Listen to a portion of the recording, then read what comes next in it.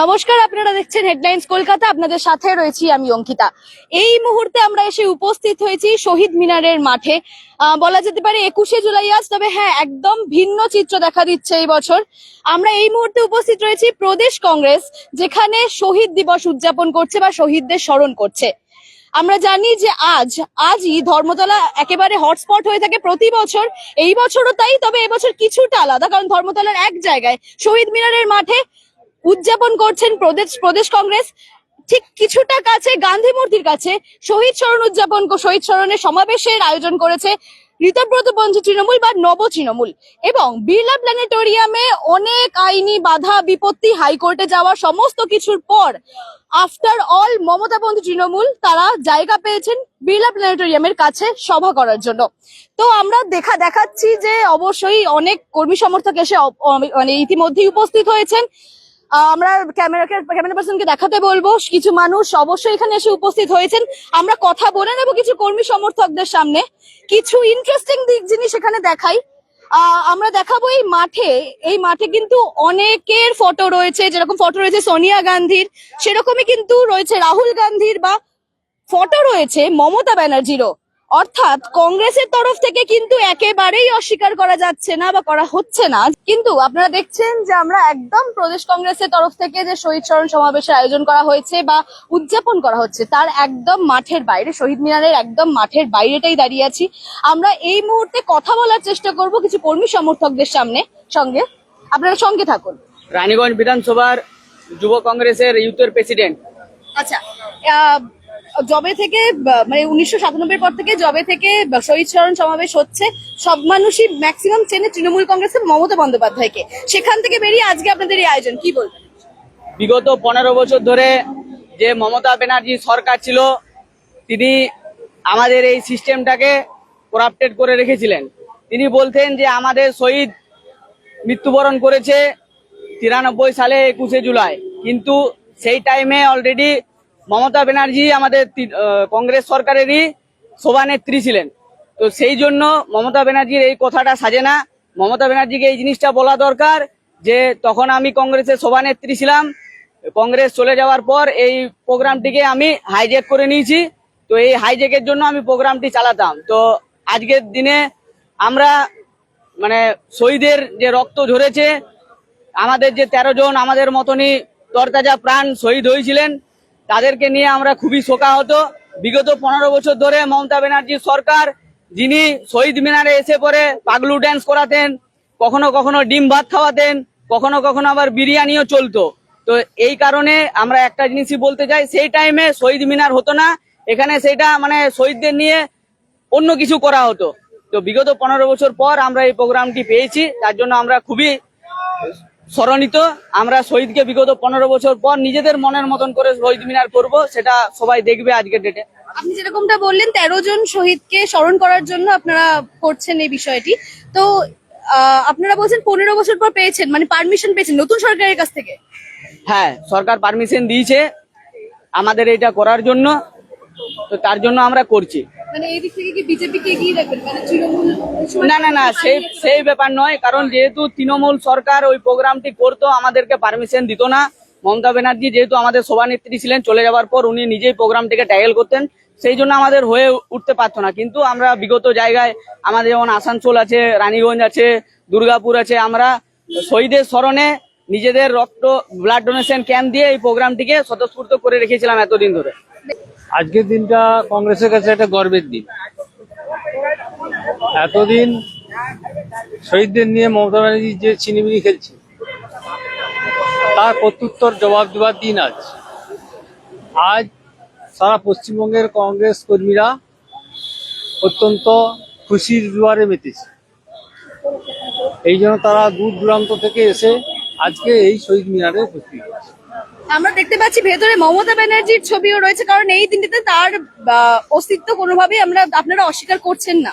তো আমি জানতে চাইবো যে মমতা ব্যানার্জিকে শুভঙ্কর সরকার বলেছেন যে এখানে আসতে প্রায়শ্চিত্ত করতে, এই বিষয়ে কি আপনি কিছু? না, মমতা ব্যানার্জির যে এখানে চিত্রটা দেওয়া হয়েছে, মমতা ব্যানার্জি তখন কিভাবে এই শহীদদের সঙ্গে আক্রান্ত হয়েছিল তার চিত্র তুলে ধরা হয়েছে। আজকে তার বিপরীতে গিয়ে উনি কি কাজ করছেন সেই চিত্রটা এখানে ছবির মাধ্যমে আমরা প্রস্ফুটিত করেছি। আপনার নাম? আমার নাম রাজেন্দ্র বাবু, ওবিসি সেলের চেয়ারম্যান। কোথা থেকে আছেন আপনারা? আমরা পূর্ব মিদনাপুর জেলা। আপনি? আমার পশ্চিম বর্ধমান জেলা অন্ডাল ব্লক থেকে আসছি। আজ সকালেই আসছেন? আজকে সকালে।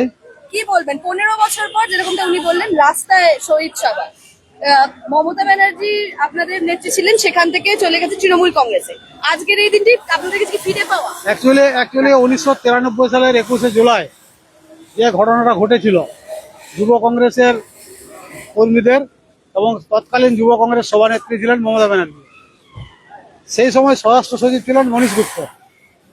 তো যুব কংগ্রেসের সভানেত্রী থাকা অবস্থায় কলকাতার রাজপথে আমাদের 13 জন শহীদ হয়েছিল। দিদি মুখ্যমন্ত্রী চেয়ারে আসীন হওয়ার পর জাতীয় কংগ্রেসের কর্মী হিসাবে সেদিনে যুব কংগ্রেসের শহীদদের পরিবাররা ভেবেছিলাম যে এবার তারা সঠিক বিচার পাবেন, কিন্তু আমরা দেখলাম দীর্ঘ 15 বছর শহীদদের নাম করে উনি যে সভাগুলো করতেন শুধুমাত্র তৃণমূলের শক্তি প্রদর্শন করার জন্যই। শহীদদের পরিবারকে সাথে নিয়ে পাগলু ড্যান্স, বিভিন্ন রাজনৈতিক নেতাদের, অন্য দলের নেতাদের নিয়ে যোগদান করানো, নিজের ক্ষমতা দেখানোর একটা প্রচেষ্টা উনি 15 বছর ধরে করে গেছেন। শহীদদের পরিবাররা আজও অন্ধকারে, এবং আপনারা সবাই জানেন ওনাকে গুলির হাত থেকে সেদিন যে কনস্টেবল রক্ষা করেছিলেন, এখনো পর্যন্ত দিদি ওনাকে বলেছিলেন চাকরি দেবো, কিন্তু এখনো পর্যন্ত সেই পরিবার কোনো চাকরি পায়নি। আমাদের পশ্চিমবঙ্গ প্রদেশ কংগ্রেস কমিটি তথা যুব কংগ্রেস এবার ঠিক আমরা প্রতি বছরই পালন করতাম, কিন্তু ঠিক বৃহৎ আকারে পালন করতে পারতাম না, রক্তদান শিবির এইসব করে আমরা বের করতাম। এবার আমরা পশ্চিমবঙ্গের রাজনৈতিক পটভূমি পরিবর্তন হওয়ার পর জাতীয় কংগ্রেস আবার শহীদ মিনারে সেই সমস্ত শহীদদের স্মৃতি এবং মনীশ গুপ্তর যাতে বিচার হয় সেই দাবিকে সামনে রেখে আজকের আমাদের এই শহীদ মিনার চলা অনুষ্ঠান। এতদিন পর্যন্ত মানুষের কাছে মমতা ব্যানার্জি তৃণমূল কংগ্রেসের শহীদ স্মরণ সভাটাই অনেকটা বেশি ইম্পর্টেন্ট ছিল, বা তারা ওটাই চিনত। এবার থেকে তাহলে আপনারা প্রতি বছর এই বিষয়ে অ্যাকচুয়ালি আমরা বললাম না, আমরা প্রতি বছরই করতাম, কিন্তু এই অর্থনৈতিক বল, শাসন ক্ষমতা, ধারে ভারে দিদি যেহেতু মুখ্যমন্ত্রী ছিলেন, ধারে ভারে উনি অনেক বেশি মাইলেজ পেতেন। এই যে আজকে আপনারা কভার করছেন, আমাদের এর আগের গত বছর যেগুলো করেছি এইভাবে কভারেজ হয়নি। যাই হোক, এখন আপনারাও বুঝতে পারছেন যে জাতীয় কংগ্রেস রাহুল গান্ধীর নেতৃত্বে আবার ভারতবর্ষে পুনঃপ্রতিষ্ঠিত হবে। আপনারা এসেছেন, আপনাদেরকে আমাদের জাতীয় কংগ্রেসের পক্ষ থেকে ধন্যবাদ জানাচ্ছি। Ajay Kumar Panda, Andal block Congress general secretary, জেলা কংগ্রেস কমিটির মেম্বার।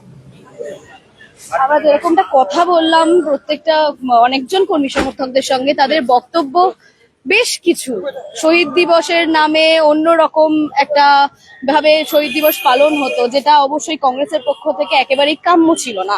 যে জিনিসের জন্য সমস্যা হচ্ছে সেই কালপ্রিট আর্টিফিশিয়াল ফ্রুট জুসকে বাদ দিলেই আমার মনে হয় এই সমস্যার সঠিক সমাধান অ্যাচিভ করা সম্ভব। বাচ্চা যদি ফ্রুট জুস বাইরেরই খেতে চায়, আপনি চেষ্টা করুন আপনি ঘরেই সেই ফ্রুট জুসটাকেই বানান, কিন্তু সেটাকে একটু ইন্টারেস্টিং ওয়েতে বাচ্চাকে প্রেজেন্ট করুন। কোনো ভালো গ্লাসে বা ডেকোরেটেড কোনো পাত্রেই আপনি ওকে দিন, একটা স্ট্র লাগিয়ে, দেখবেন আপনার বাচ্চা কিন্তু খেতে কিন্তু নিশ্চয়ই চাইবে। শীতকাল বা গরমকালে যে কোনো সিজনাল ফ্রুট বা তার জুস বানিয়ে বা বাচ্চাকে অ্যাটলিস্ট কামড়ে ফলটা খেতে তাকে ইন্সপায়ার করুন। বাচ্চাকে কিন্তু শুধু এইভাবে বললেই হবে না, তার সাথে কিন্তু আপনাকেও খেতে হবে। একে বলা হয় হেলদি লাইফস্টাইল।